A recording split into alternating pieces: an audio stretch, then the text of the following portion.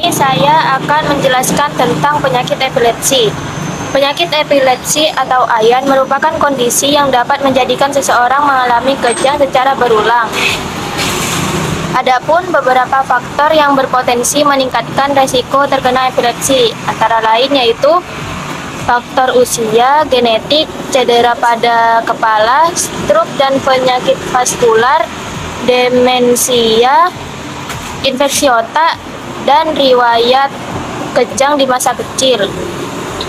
Penyebab epilepsi ada dua, yaitu epilepsi idiopatik, disebut juga sebagai epilepsi primer. Ini merupakan jenis epilepsi yang penyebabnya tidak diketahui. Yang kedua, ada epilepsi simptomatik, disebut juga epilepsi sekunder.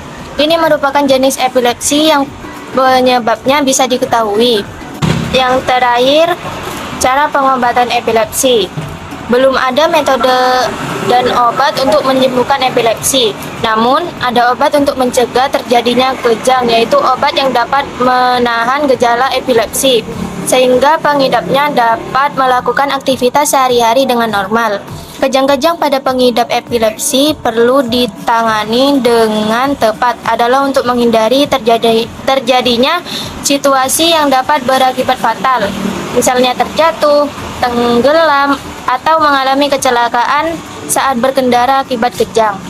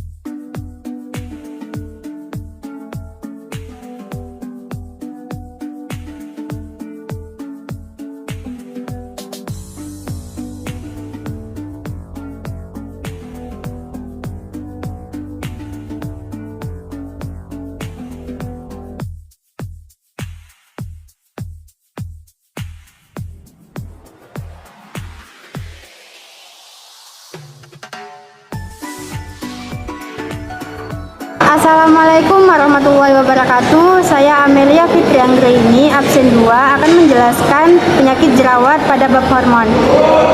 Penyakit jerawat gak sedikit kaum hawa yang berlangganan. Jerawat ketika masa menstruasi datang, salah satunya penyebab dipengaruhi oleh hormon progesteron yang menghasilkan minyak berlebihan pada kulit, sehingga memicu timbulnya jerawat. Yang bikin resahnya, masalah jerawat karena faktor hormon ini sulit dihilangkan.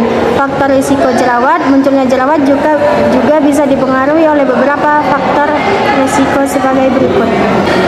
Gesekan kulit dengan benda, misalnya jerawat di wajah akibat terlalu sering mengenakan penutup kepala, jerawat di leher karena pemakaian baju yang terlalu ketat di bagian gerah, atau jerawat di punggung akibat sering menggunakan ransel. Kebiasaan merokok, keturunan, jika terdapat anggota keluarga yang bermasalah dengan jerawat, konsumsi obat yang mengandung litium, kortikosteroid, atau obat anti kejang. Masa pubertas akibat peningkatan aktivitas hormon testosteron yang memicu kelenjar minyak menghasilkan sabun dalam jumlah lebih banyak. Penggunaan kosmetik pencegahan jerawat.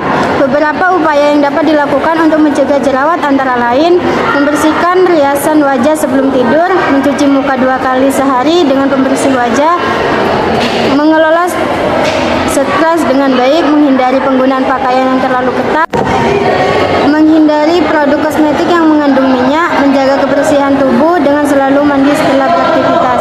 Sekian penjelasan dari saya, kurang lebihnya mohon maaf. Assalamualaikum warahmatullahi wabarakatuh.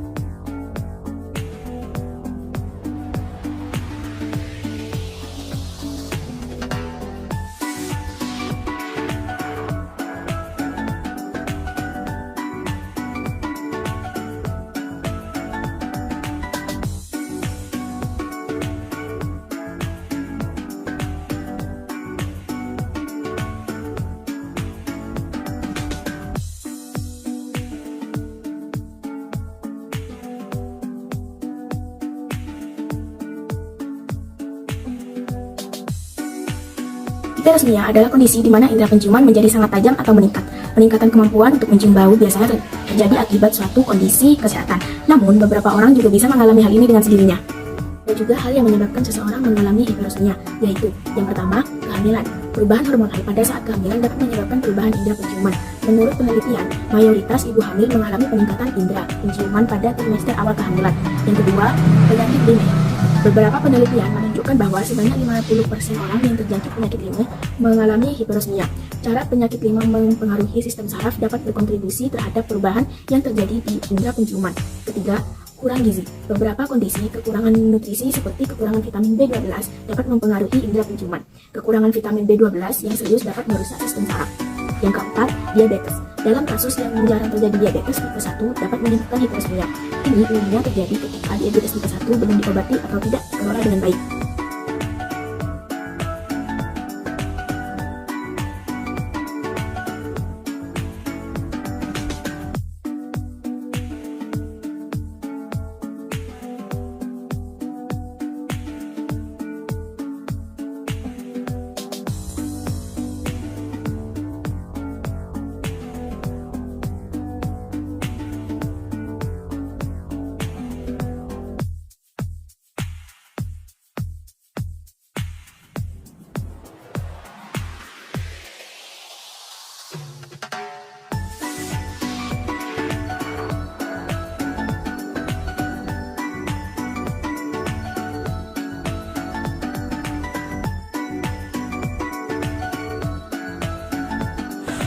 Assalamualaikum warahmatullahi wabarakatuh. Di sini saya akan menjelaskan tentang nafja. Pengertian overdosis obat adalah kondisi yang terjadi saat seseorang mengonsumsi obat-obatan secara berlebihan atau tidak sesuai dengan rekomendasi dokter. Kondisi ini tidak boleh diabaikan karena bisa berakibat fatal. Salah satunya dampak dari kelebihan dosis obat adalah hilangnya nyawa. Biasanya kondisi ini akan mendatangkan efek samping hingga keracunan bahkan kematian pada siapa saja yang mengalami hal ini. Cara mengobati: membersihkan jalan nafas atau memasukkan tabung pernafasan ketika ada masalah dengan pernafasan. Menginduksi muntah untuk mengeluarkan zat dari perut. Memompa perut untuk mengeluarkan zat dari perut. Memberikan cairan infus untuk membantu mempercepat pembuangan zat dari tubuh.